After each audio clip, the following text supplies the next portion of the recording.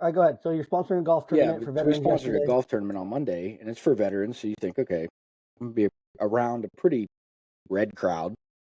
And we were at one of the holes cooking burgers, and I had the girls there, and somebody said something about, oh, were you guys get out of school today? And I said, no, we don't put them in those indoctrination camps. I said, they're homeschooled, so this is part of their learning. Entrepreneurship, public relations, how to talk to people, how to, talk to customers, et cetera, et cetera.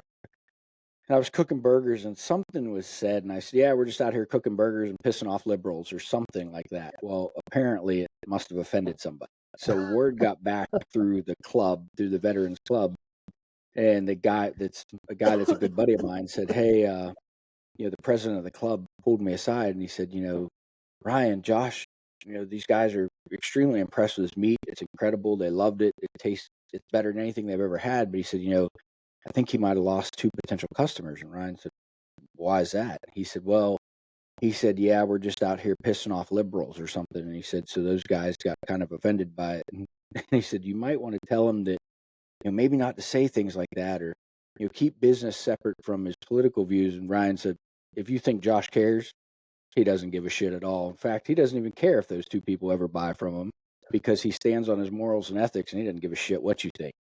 And he said, that's why I love the guy, because he has a backbone and he won't fold for anything. It doesn't matter if you threaten him with not buying, he'll tell you to go pound sand. And the guy was just like, oh, it might not be good for business. And Ryan said, no, it's really good for business, because a lot of strong conservative patriots come out and support him, because he stands up and says what needs to be said and doesn't back down no matter how much heat he faces.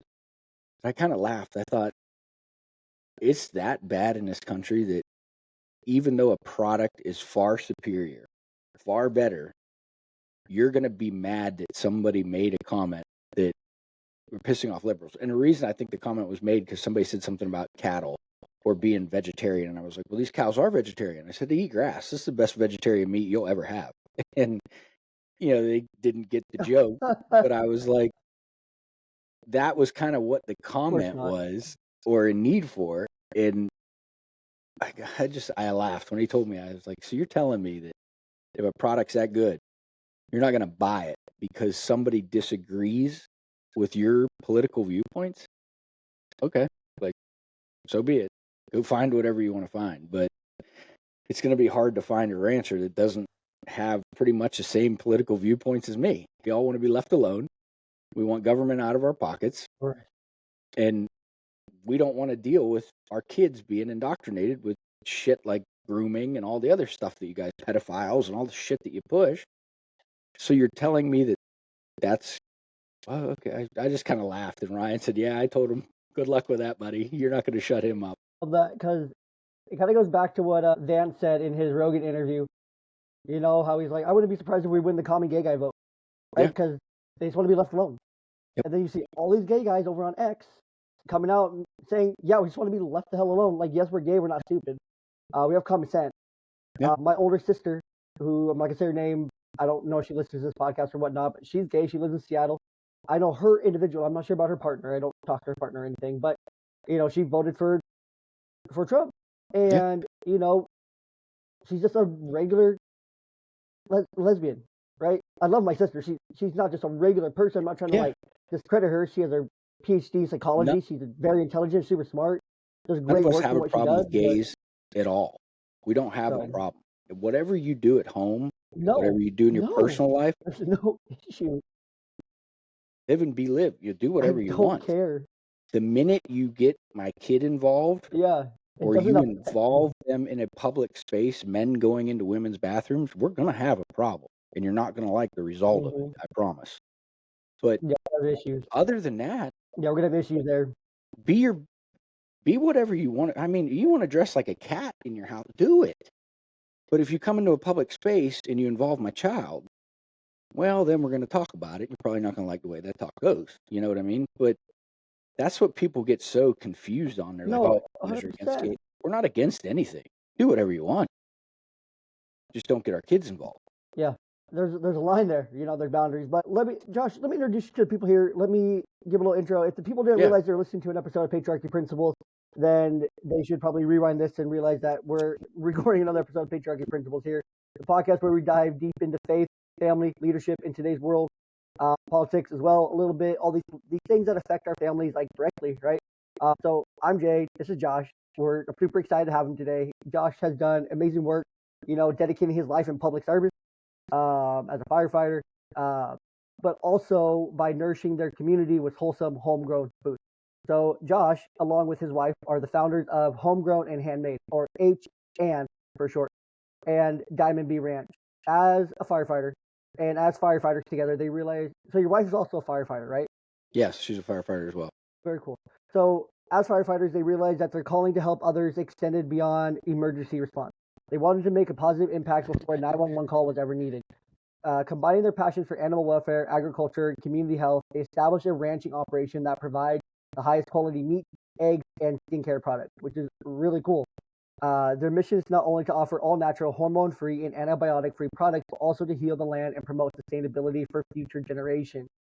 As a devoted father to 2 little girls, Josh aims to teach his children the responsibilities of animal care and the importance of environmental stewardship.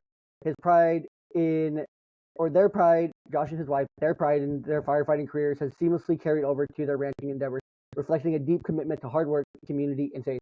In today's episode, we'll explore, topics like we've already talked about today, but we're also going to talk a little bit about our food, the quality of our food, how we can work on getting our families healthier, and the things we may not know about what we consume daily. Because Josh knows some shit here that blew my freaking mind. And of course, we'll talk about a bunch of other things, and we'll just see kind of where the conversation goes. So, Josh, thank you for coming on the show. Super excited. And yeah, so back to where we were. You mentioned that when our kids are brought into it, I have 2 little girls too. We're recording this on 11/7, so we're about 2 days post-election, about 4 to 8 hours. So things are starting to cool off a little bit outside of like Philadelphia and Chicago, where their senators are telling them to go protest. That doesn't look very J6y at all, but hey, it's okay if they do it, kind of thing. Yeah, so Trump won. You did. And he started coming out with a bunch of the day one mandates. And God bless America, And people are upset. Liberals are crying. Liberal tears are falling from the sky at this point, basically. And one of the biggest things that I got because I openly talk about this stuff at work. I think this should be a common conversation, right? Politics, your faith, your belief system, like these should just be common everyday conversations. Like, and I remember talking to one of the girls at work. She's like, "Oh my gosh, she just makes me so anxious to talk about like politics stuff." I'm like, "Why?" I'm like, "Because we don't talk about it that often. Because it's not like a common topic. Like, I'm not gonna hate you for how you vote. Yep. Like, you don't even have to tell me who you're voting for or why you're voting for them. You can ask me why, I'll tell you. But if you don't want to know why, then I'm not. Then we'll just settle it there. It'll be fine." And so people get really up in arms about politics because it's not a normalized conversation. It needs to be. But I digress there. Every time I would tell someone who I'm voting for, they'd be like, "Oh, but you have daughters." I'm like, "Yes, I do have daughters. What's your point here?" And there's this narrative created throughout Kamala's campaign of, well, if you vote for Trump, you're going to lose your rights as a woman. Like day one, as he's president-elect, you're going to lose your rights as a woman. Or day one, when he comes into office, you're going to lose your rights as a woman. Like, what? And so with having daughters, it's just like that doesn't make sense because I'm not voting for them to lose their right. That would have been if I would have voted for Kamala. Yeah, women haven't lost any rights. So, and in fact, most women will tell you, most true women that actually know they're a woman, because for some reason the left has a problem even defining a woman, which blows my mind. You want to talk about women's rights, but you don't even know the difference between a man and a woman, a cat, a dog, or whatever else that they want to be. But yet you're going to lecture me on women's rights. And you see a huge shift right now in true women that know they're women. They want to go back to the house. They want to take care of kids. They want to be women.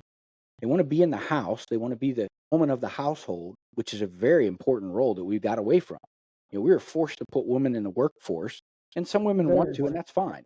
But there's a lot of women that they want to work. When they have kids, they want to come home and they want to be family oriented. They want to be the head of that household. They want to cook the meals. They want to take care of the kids. They want to homeschool the kids. They want to bring everything back in, and we haven't allowed that because we have to live on 2 incomes basically, and the women have to work, and men have to work. So what happens? Our kids get sent to daycare.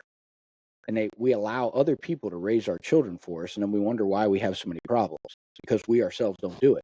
By the time you get home from that 8-hour, 9-hour workday, those kids come home from being locked in a school, which I don't know if you've noticed, but schools look more like prisons lately than they do schools. And we lock a kid in a room and we try to teach them. A kid that is normally wanting to be outside, running, playing, be active, can't sit still for 5 minutes. But if that's your child, then instantly they have ADHD and we need to medicate them.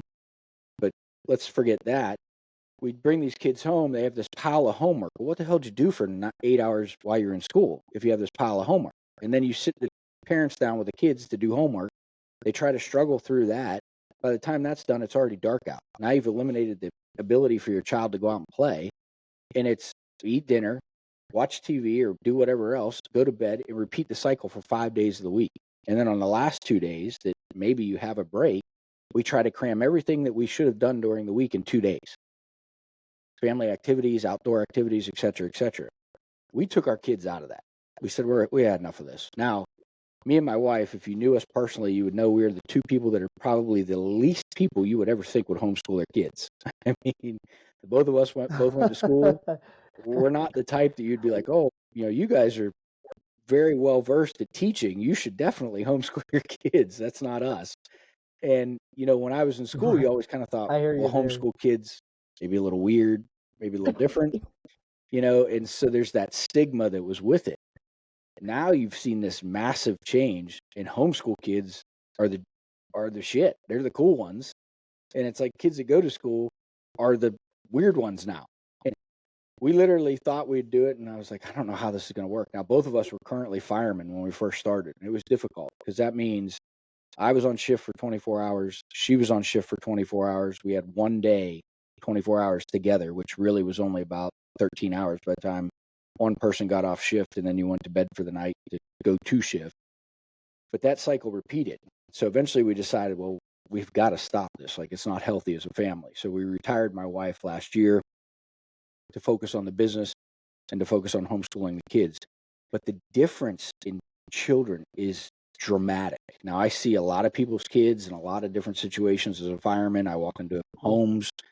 I see them in various different, settings, public settings.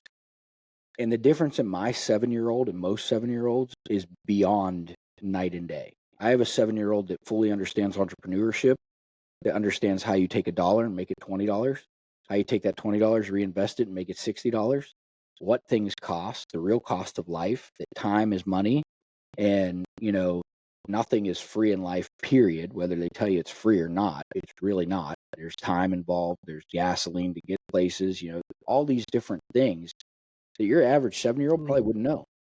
She knows every one of our business contacts, how they play a role in our business. She knows who the butcher is, what his name is, what their process is, how they do this, how they do that. Like, you could sit down, and she sits with us in some of these meetings, and it blows my wife's mind. She's like, I can't remember half these people's names, because we have multiple people with the same name. We have a Clayton there, and, we have 2 different Joes and, 6 other different names. My wife loses track of them, but our 7-year-old's like, no, that's the rancher. That's the other guy. That's this guy. She separates them all out and she has them all memorized.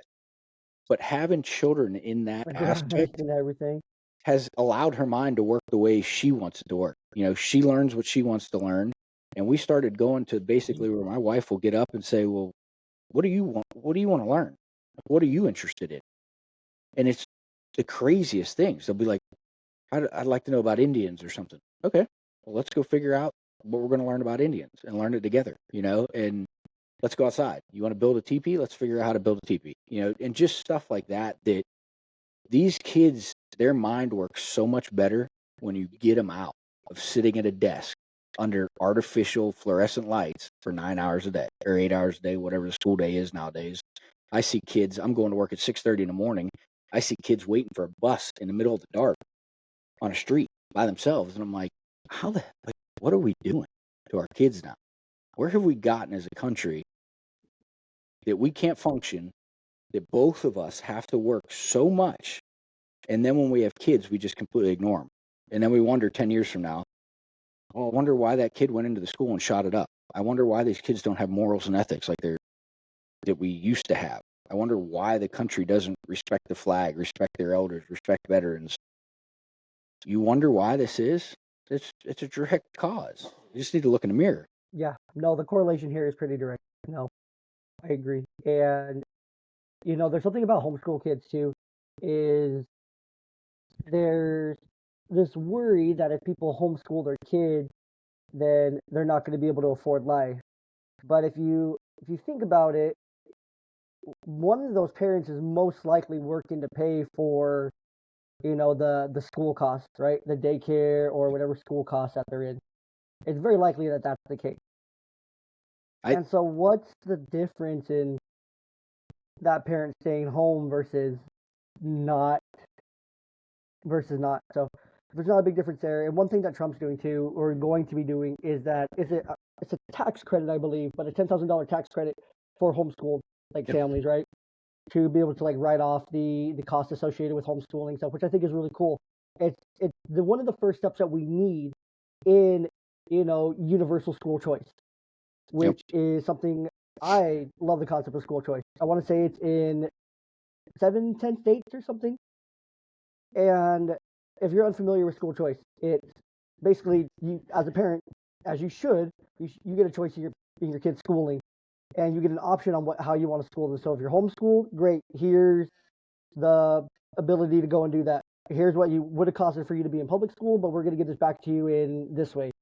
Or you want to do private school, okay, here's this, we'll subsidize it so you can go to private school here, kind of thing. You want to do a religious-based education, great, go and do this, here's this subsidy there. You have to cut the difference kind of thing, but it's a massive difference there, right? Or you want to homeschool, or you want to go to public school, great, cool, these are all your options kind of thing. So it tells you all your options, which, as parents, we don't know we have all these options. We don't know it. There is a Christian school just down the road from me that I didn't even know existed, or there's a Montessori school, or there is this charter school, or there's this private school. These are all options to me now. Because you think as you're just as a normal, middle class family, you're just like, oh well, public school is like my only option, really. It's like, no, there are other options. You're just not told about them because the system wants you to stay in this system of regurgitation and learning Common Core and No Child Left Behind, and just basically making our kids dumber as we go through this public school system. Now, a lot of kids are really smart. I'm not saying that all kids are getting dumber, but there's a big difference across the country in terms of curriculum.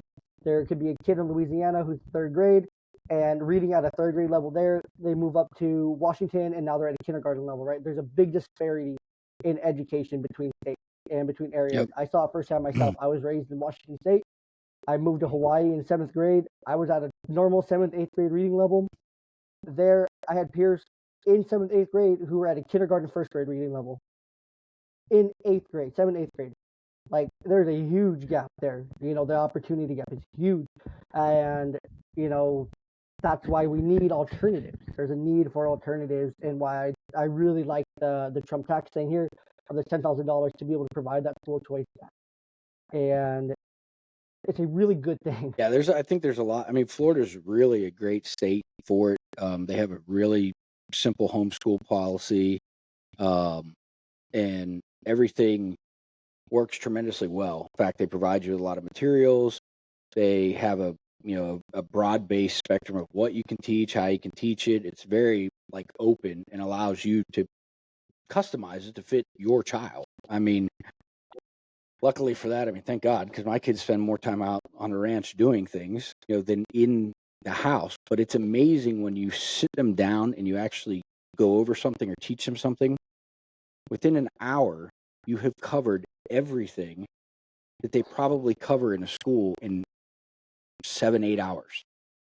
An hour across of focused learning. Across multiple days at that. They cover everything, and they get it, and they retain it.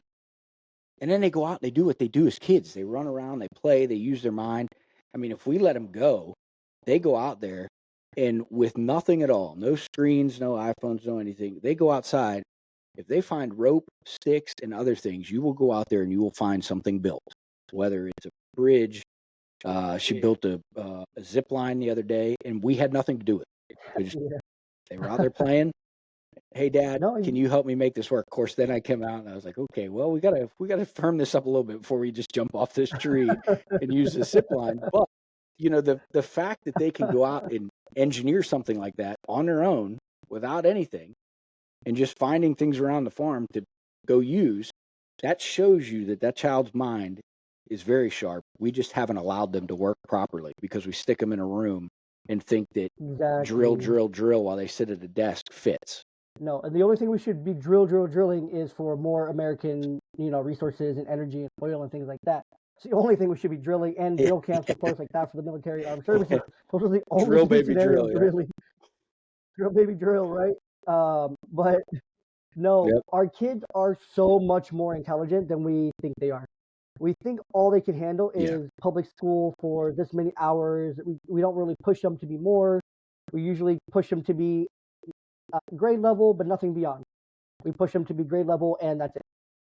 But our kids are so much Yeah. more capable than Exactly. that. Our kids have these big, beautiful minds, just like you and I. They have these big, beautiful minds that are just underdeveloped. But as you stimulate the mind, it fosters that development, right? It fosters that ability, like, hey, I want to go engineer something, or I want to go build something, or oh, look at this. What can I do with this? I have time. I have resources. I have energy. I have creativity. I have rope and sticks. Let's make something work here. I have nothing else to do. And when the mind is allowed to kind of wander and do these things, it's amazing what can be done. All great inventions Yeah. came from a time and a space to where, that was it. Who the hell made the light bulb? Franklin? No. The light bulbs with Edison. Edison. Okay. Yep. He's a Fort Myers native, so that's how I know. I grew up down there, so that was his winter home. Yeah. But yeah, Makes like sense. you said, some kids are mechanical, some kids are more book or reading, or but I'm a hands-on type of guy. Yeah, Mhm. I could sit there and you could lecture me for hours, and I'll take some of it for sure. But I'd much rather go out and just tear the engine down myself and then put it back together because I tore it apart and I figured it out while we were doing it, versus you just talk to me about it. You know what I mean? A lot of people, that's how we're different. Our brains work in different ways. But it's Yeah. like we've had an education system that slams everybody through the same thing and says, okay, well, it's a one size fits all. We're just going to stamp them out. And a lot of kids don't work in that way. Look at the trades. We pushed all these kids to go to college, and you have to have a college education. You have to have this, you have to have that. And we lost all these kids that were probably great tradesmen that went to school. It didn't work So for many. them. College wasn't working. They either fail out, they flunk out, life takes a different turn, they hang out with the wrong crowd, whatever happens.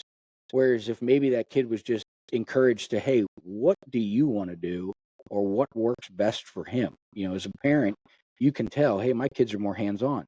Hey, have you guys thought about some of these trades or some of this stuff? And it was always looked at as the trades were, oh, that's blue collar, that's bad.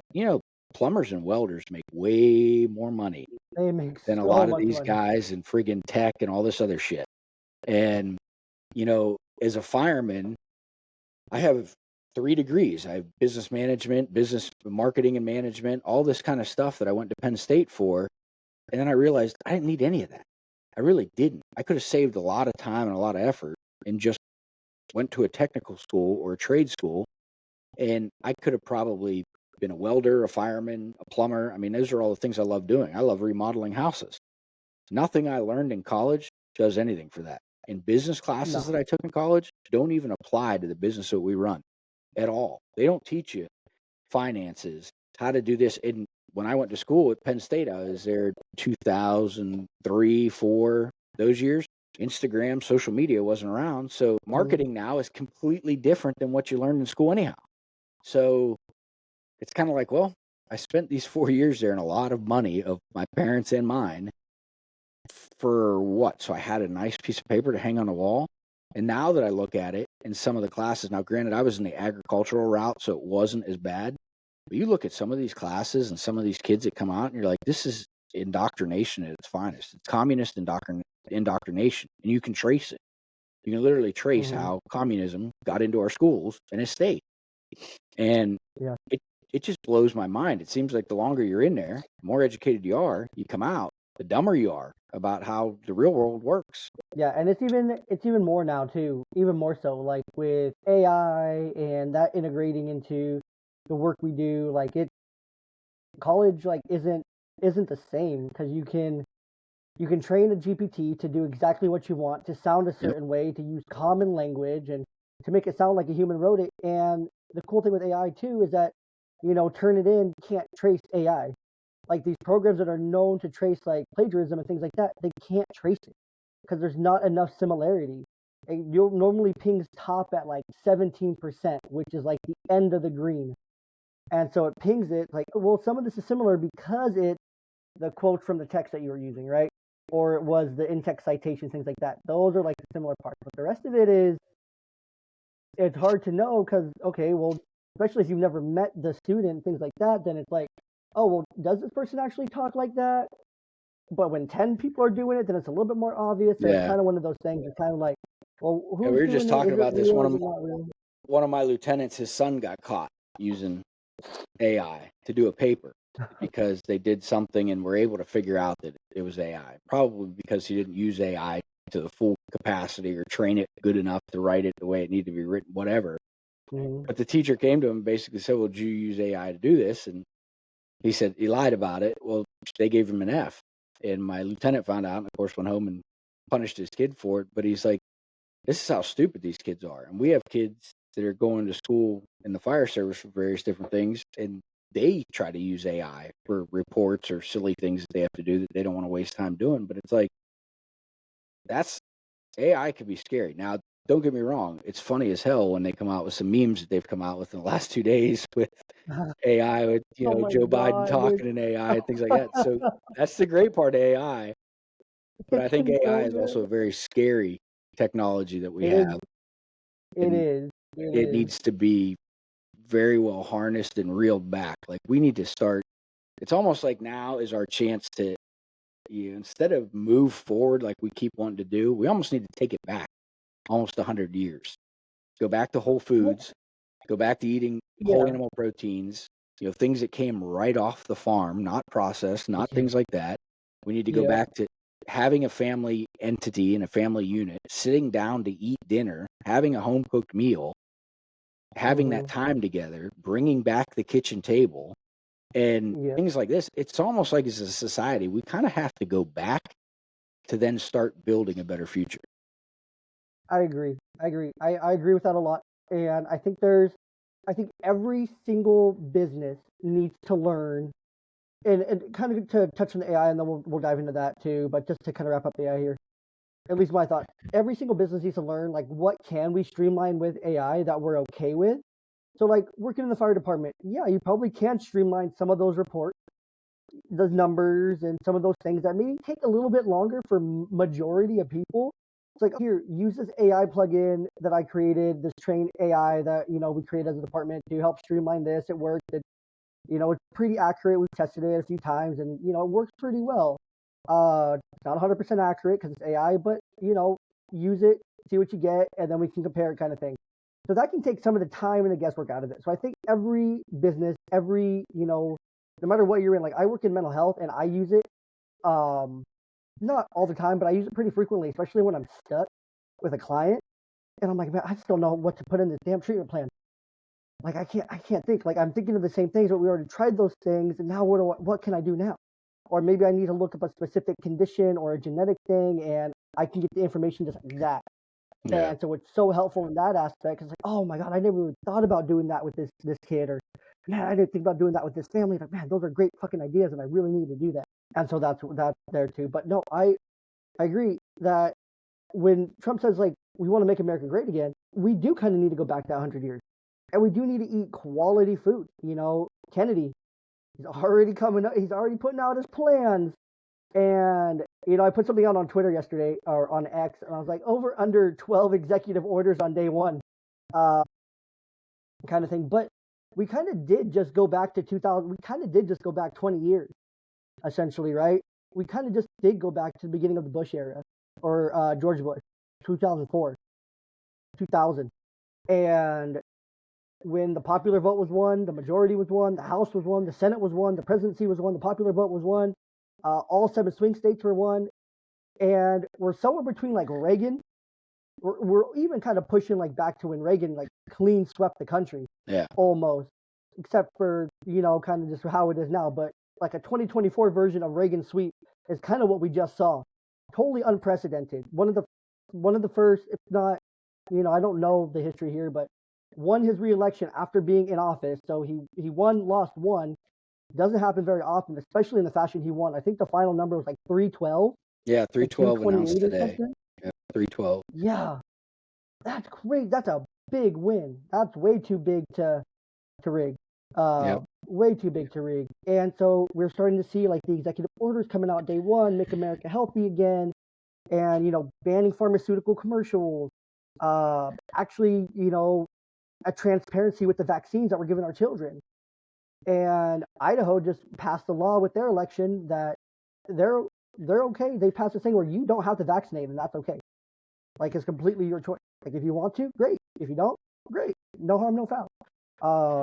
Either that or they banned vaccines. One of the two. They either gave like full choice or they banned it. One of the two. But that's just that. So it's really cool to see. But for our health and our food, so you posted a video that got my whole attention. That's why I wanted to connect with you. Is you were talking about ground beef. And it blew my fucking mind, dude. Like, I have not been able to stop thinking about it. Every time I look at a pack of steaks and there's 3 steaks in there, I'm like, that could be 3 fucking cows. Like, that could be 3 different cows. And I grab a tube of ground beef and I'm like, there could be 5 cows in this tube of ground beef. 5. And that'd be on the light side. Okay. But the thing is with that too, it's like, if we are talking on the light side here, because I don't want to scare, the ground beef eaters. But if we're looking at it here, it's like those 5 cows could all be 5 differently raised cows, right? One could be a little bit more grass-fed, and one could be, imported from China, one from Australia, one from Mexico, and then one from the U.S. So you got 5 different countries of origin, but they were all shipped here. So that's what the country gets away with too. I think that's another law that Kennedy wants to change, is that if it's not fully made here in the U.S., you can't put the country of origin sticker as a U.S. And it's going to eliminate some of that mixing of the meats here, if you will, for our food and increase the quality of our food, because people come from Australia all the time and they try a quarter pounder with cheese and they're like, that's the worst fucking thing I ever had. Yeah. When their quarter pounders down there in Australia, all their beef across their whole country, locally sourced, grass-fed, not pumped with hormones and chemicals, things like that. It's delicious. I have friends in Australia come here, told me this difference, and I'm just like, holy shit, that's mind-boggling. Yeah, I think. But why can't we get there? The American consumer doesn't really understand. We've lost touch with our food. We don't know where our food comes from. If you probably went to the store 30 years ago or 40 years ago and asked somebody, hey, do you know where that ground beef comes from? They'd say, okay, well, yeah, a rancher did this, and they could probably explain the steps. Now, I think if you ask, that came from homegrown and handmade. Yeah, now I think if you ask, somebody would probably say, well, the ground beef comes from Publix. Like, it just appears on the shelf. They don't know the back to it. So commercial beef industry, basically what happens is you raise cattle throughout the country. They import cattle from other countries. All those cattle are, if they're imported, they can be imported, actually slaughtered in cooler or freezer containers. So they're already slaughtered. They're ready. They're hanging beef, basically ready to be processed. Or cattle can be brought in live and put into feedlots. But anyhow, cattle go to feedlots. They're fed out. They get extremely fat, extremely heavy, and then they're taken to slaughterhouses. Well, these big 4 companies that we call the big 4, they own 85% of all beef processing and beef in the country. And who are those big 4? So you got Smithfield, Cargill. Okay. I'm going to run a blank on it. The Brazilian company, and I'm drawing a blank on. Hold on, I'll look it up right now. I can look it up. I don't know why I'm drawing a blank on them. I was just talking about them the other day, and the minute you asked me, JBS. Tyson, JBS, Cargill, and JBS, Cargill. So JBS, for instance, is a Brazilian-owned entity. They're notoriously Brazilian-owned, and there's some nefarious things that go down in the Brazilian ownership in that company. So But hold on. So one of our big four of our beef processing companies in the U.S. is owned by a foreign all entity. 4 of our big 4 are multinational All companies 4. that are mostly owned by foreign entities. All 4. Okay, so that right there, that disturbs me, Yeah. right? If it Yeah. doesn't disturb our listener, it should disturb our listener. Because if you're thinking about this, for all your beef that you're getting is likely imported or is owned by a multinational. Like, there's nothing wrong with being a multinational company, but when one is primarily Brazilian owned, that kind of doesn't sit well with me at The all. headquarters of a lot of those companies are overseas to begin with. So they don't even have their headquarters here in the United States. But the problem is, so you have these big 4 slaughterhouses, these facilities will basically process up to 2 to 4,000 head a day. That's 2 to 4,000 head of cattle running through a slaughterhouse a day. And what people don't understand is when you're doing a mass factory processing place like that, these cattle are literally processed, hung, and they just go by like cars on an assembly line. And you as a worker, you make one cut. Like that's your one cut every day. You do the same cut. You know, that guy might be breaking the sternum to separate the 2 halves or cutting down the back. That's that one guy's cut. And it just goes to all these stations and they do all this. But when you're pushing that much through, think of if somebody makes a wrong cut, say for instance, while they're cleaning that animal or gutting it, eviscerating it, and they go to gut it, somebody nicks a gut, somebody does. Do you think they stop that entire process to figure out Hell and to no. clean up and to make sure everything? Hell No. no. Why do you think we have all these No. E. coli issues and things like that? Because of the way Yeah. these animals are pushed through. So then you get to the Yeah. Well, very end because of if this, you you can process only this imagine, like, if they animal. fuck up the intestine, Yeah. then who knows what could be on the rest of that meat? Yep. So you get this animal the whole way to the end. Ooh. It hangs. A lot of times these facilities are hanging their animal maybe 24, maybe 36 hours. I don't even think it hangs that long, but it cools That's down it? and it hangs. Well, our beef, the way we raise our beef and sell our beef hangs for 14 days in a cooler to dry age, which allows that animal to naturally tenderize itself. It breaks down, the fibers relax. Mm. It actually starts to break down and build the flavor of actual beef. There is a flavor to Ooh. beef. It doesn't just taste like water that you buy at the store. Mm-hmm. The difference right there, these big companies could never do that. That would take way too much money out of it. It'd take too much time. There would be delays in the process if every steer through there had to hang for 14 days before they broke it down. Like they'd have to have massive coolers and they'd have to cut their processing probably down to like 400 a day because you couldn't put that Well, many in. but couldn't they do that too at the same time if they expanded, here in America, and they created more American jobs and they created more processing plants and whatnot? In my eyes, what really needs to happen is we need to go back to having local USDA certified processors Okay. all over the country. There needs to be rural processors in every rural town. There should be a Agreed. processor for cattle. And you as an Okay. American should be able to drive up the street and find a local butcher shop to buy beef I agree. that is literally right from within 30 miles of your area. There should be tons of them.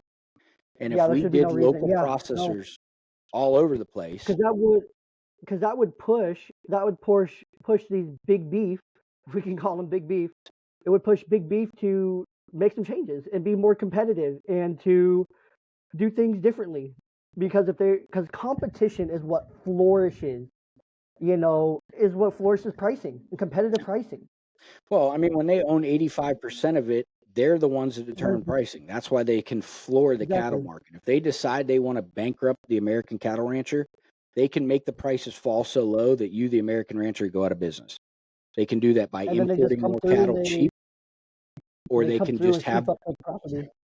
or they can just have their buyers decide that they're not going to buy over a set price. Well, when all the buyers in the room work for the big 4 and you take your cattle to an auction, you're pretty much stuck with whatever they're going to decide to buy it at, unless there's somebody there that maybe has a local processor or somebody that is buying a steer for the house or whatever. But a lot of times these guys are bringing in, 100, 200, 300 head.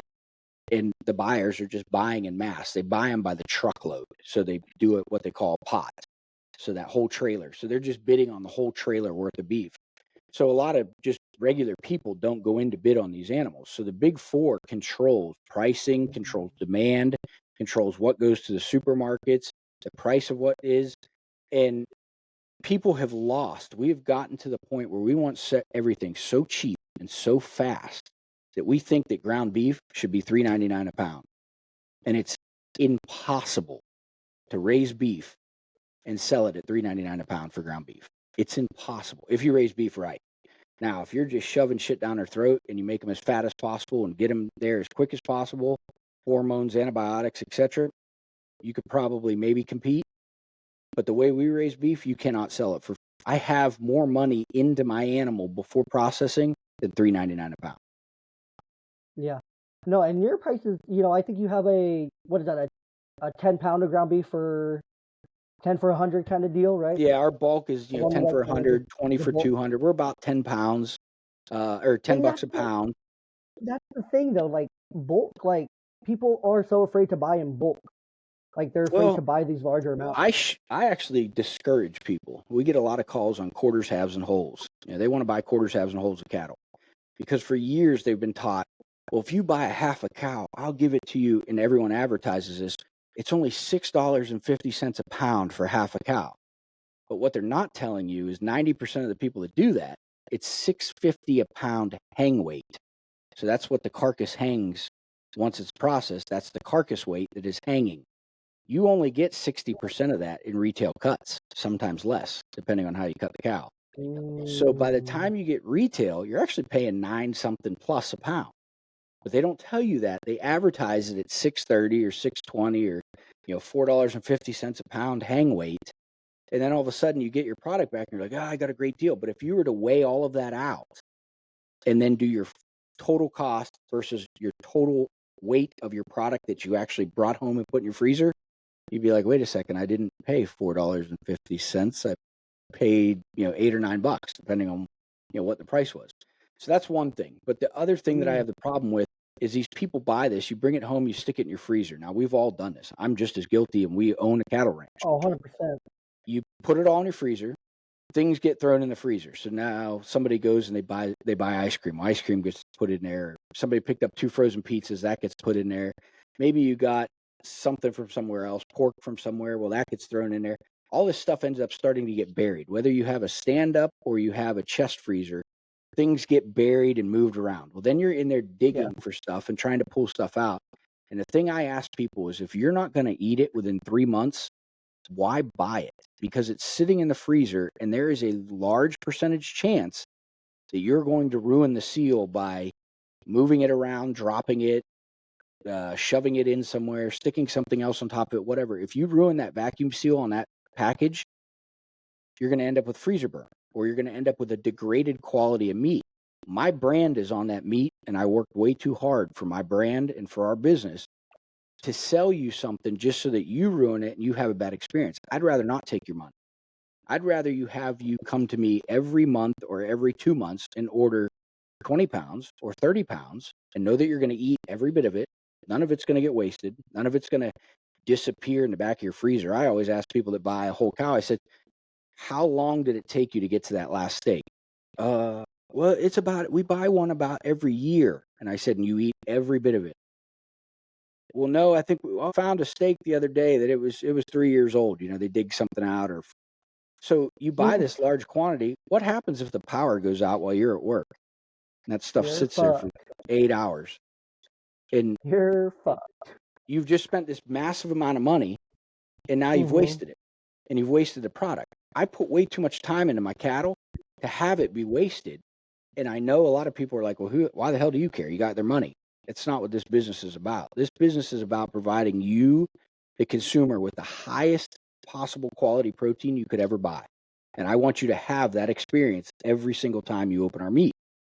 And I tell people, if the world bought what we needed to eat and we did this regularly, if it was a thing to go to the butcher shop every week and pick up fresh meat, we could sustain the American public on small farms. We wouldn't need the Yeah. big four. We wouldn't need to import all this shit because Mm-mm. each person would only need so much. But when you go to Costco and you buy 250 pounds of beef and then you take it home, you cut those packages open, you have to reseal everything, and then 8 months later you find half of it has freezer burn. Did you save money or did you spend more money? You You spend know, and more nobody money. wants to You do spend that more. calculation. So I always ask people, hey, look, before you spend all this money with me, first, if you've never had my beef, buy a small box of beef. Try it. And I suggest you do this with anybody because I had a lady the other day tell me, well, we got a quarter beef and it was just so bad we couldn't even eat it. And I was like, and that's my point. Not all beef is equal. Not all beef is the same. There are different cattle. There are different genetics. Certain cattle grade out better when it comes to marbling and taste versus other cattle. You know, there's leaner cattle. There's what we call swamp donkeys. They're good at grazing and they're good at being in harsh conditions. That doesn't mean that their T-bone is the best quality T-bone that you can have. But people just see the advertisement and are like, okay, I'm going to do this. I'm going to buy this beef. And this guy's selling half a beef and it's $4.50. Let's jump on it. Hell of a deal. Have you ever had that beef? Like, have you had any of it? Do you like it? And so I guess it's a bad business tactic on my part, but everybody that's asked, I've said, I'll tell you what, I'll make you a deal. Buy a box of our beef first. Make sure you like it. Then come talk to me about your quarter, half, and whole. But let's really do, while you're eating that box of beef, do me a favor, pay attention for 2 weeks. What does your family eat in red meat a week? Like, just try to pay attention to it. And let me know, how many Yeah. pounds do you think your family really eats? Now, we're a family of 4, and we eat red meat 3 times a day, 7 days a week, 365. I mean, my girls You are guys red. do? Oh, yeah. No way. Yeah. It's, No, and do you see a difference in your kids in like their energy levels, in their like attention span, in their yes, I've noticed it. behavior, like overall? I have kids that can outrun a lot of people. They just 24/7, just crazy energy levels. But the thing is I think I've spoiled them to a degree because now they'll probably never buy store meat ever again. But they ask Oh, before they eat every meal, "Is this our meat? Is this our meat?" And yeah, this is ours, you know. But they will turn their nose they're at it. gonna You know, if we go to a restaurant, they'll ask, "Oh, this isn't ours, is it?" And I'm like, "Well, no, it's not. I don't want that. They'll get something else, you know, pasta or whatever else. Like they won't eat it." right. And we had a couple They're gonna be restaurants that 25 and they're gonna they're be in their now 30s serving and our calling you beef. and be like, Daddy, can you send me some meat, please, Daddy? Yeah. But there is a difference to it. You know, a lot of people say, "Oh, we eat a lot of meat," but then when they really like look at their consumption, well, they look at meat as chicken, beef, pork, everything. Well, yeah, you might eat a lot of meat, but how much red meat, how much beef do you really eat? And then once they tell me that, I can say, "Hey, look, let's set up something. I'd rather send you an eighth or a 16th of a cow, maybe 30, 40 pounds. Let's do that every month or every other month if that's your consumption. You are always going to have the freshest set of cattle that we process. You're going to have our freshest product. You're going to have a very minimal chance if anything happens. Storm comes, the power goes out, the freezer fails for some reason. You are not going to waste probably an entire 2 months worth of income. You're going to lose very little. You're not going to take this massive hit. I'd rather save you that and be proactive and just have you come back. And people are like, "Oh, well, you know, do you ship?" Yeah, we ship. And shipping's really not that bad. Now, if you live in California, yes, it is bad. But we have California customers that pay that shipping, no questions asked. I have a lady that orders 13 filet mignon every single time I get cattle back.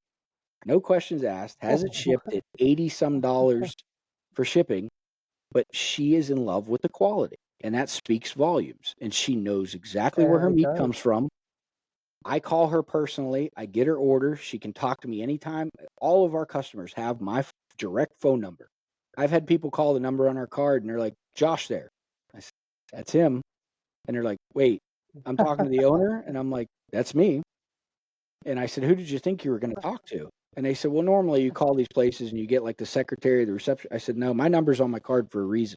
If I'm going to sell you something, I'm going to be directly responsible for the repercussions of it. I don't want you speaking to Dude, I anybody else. You love have a that. problem, I want you to call me."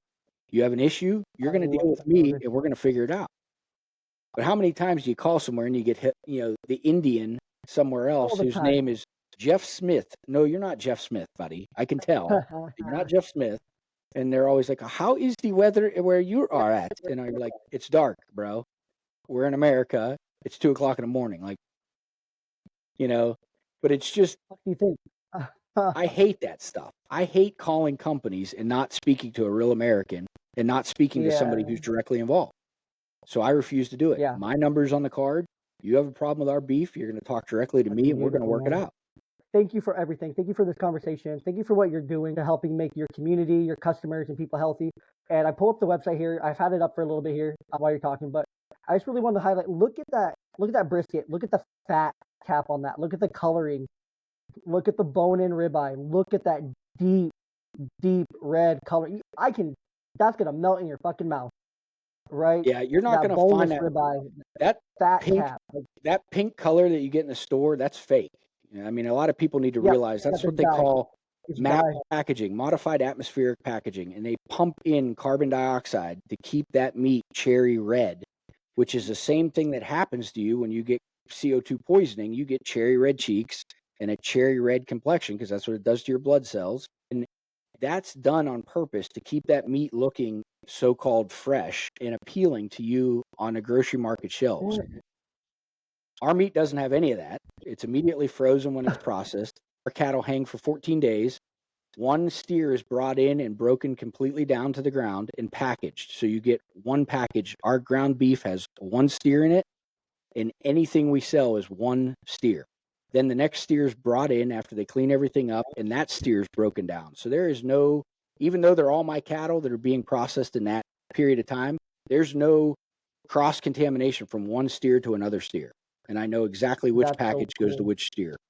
And you can't beat that. So, yes, when you go to the store and you see that, and then you were to hold our beef up, you're going to be like, holy rip, this is like this deep, dark red. And this is this cheap, fake pink slime pink. There's a huge difference. It looks completely different. There's a difference in the smell. It smells like beef. There's an actual, hard to describe. It's not off-putting by any means, but if you open a package of store beef, there's a distinct weird aroma to it, and it's not like a beefy or earthy type, but ours definitely is weird. Yeah, I hear you. When you cook our ground beef, you're not going to end up with all that water and excess. You're actually going to get pure white tallow. If you let our ground beef just cool down in your cast iron pan, there's going to be a white layer of tallow at the bottom that is actually 100% beef fat, which is what we should be cooking our food in to begin with. But amen. And it's a massive difference. You can also get tallow from you guys too, which is really cool.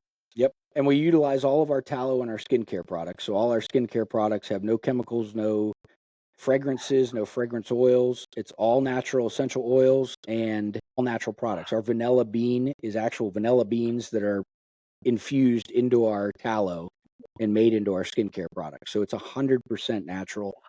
My wife is trying to come up with things that eliminate all the toxins and crap that they put in. We have 2 little girls. We want to try to take the absolute best care of them that we possibly can. We didn't do this for 100%. us. We did this for our kids. And it started as, hey, we're just going to have chickens so we have eggs. And from there, it took off to how much of this can we fix and take on by ourselves. Gosh, dude. Well, I don't know about our listeners, but I think I need to go place an order. Change the way I think about beef, change the way I eat. I'm in Washington, and I will likely pay that no questions asked because quality is important. You guys have so many amazing products, from the skincare to dog treats to pork to chicken to beef to just a whole assortment of line. If the people didn't see it up there, it's homegrown and super easy to find. It's homegrownand.com. HOMEGROWNAND.com. I'll have to place a link in my link tree because this is just something incredibly quality for everyone. And we didn't even get to go as deep as I wanted to.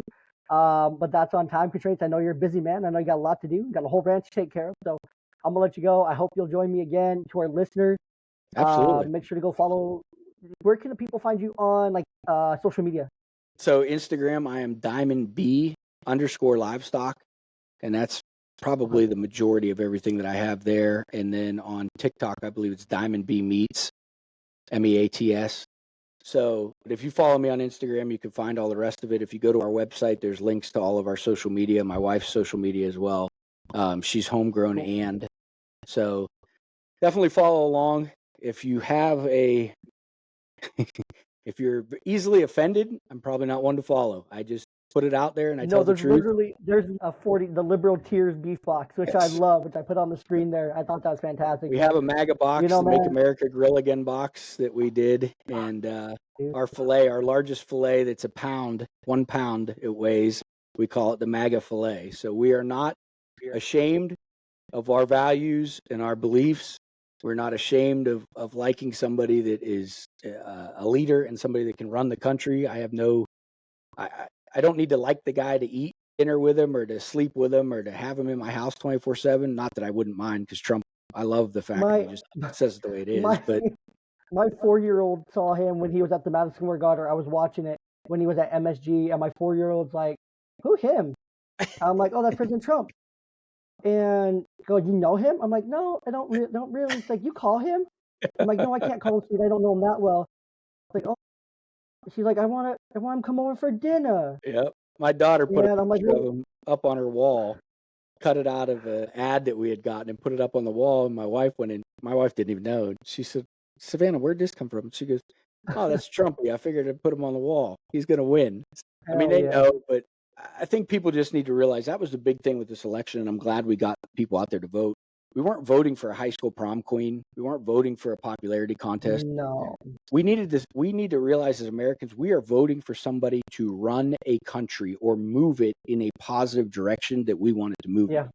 You don't have to have this person at your house. They're not going to come over. I promise.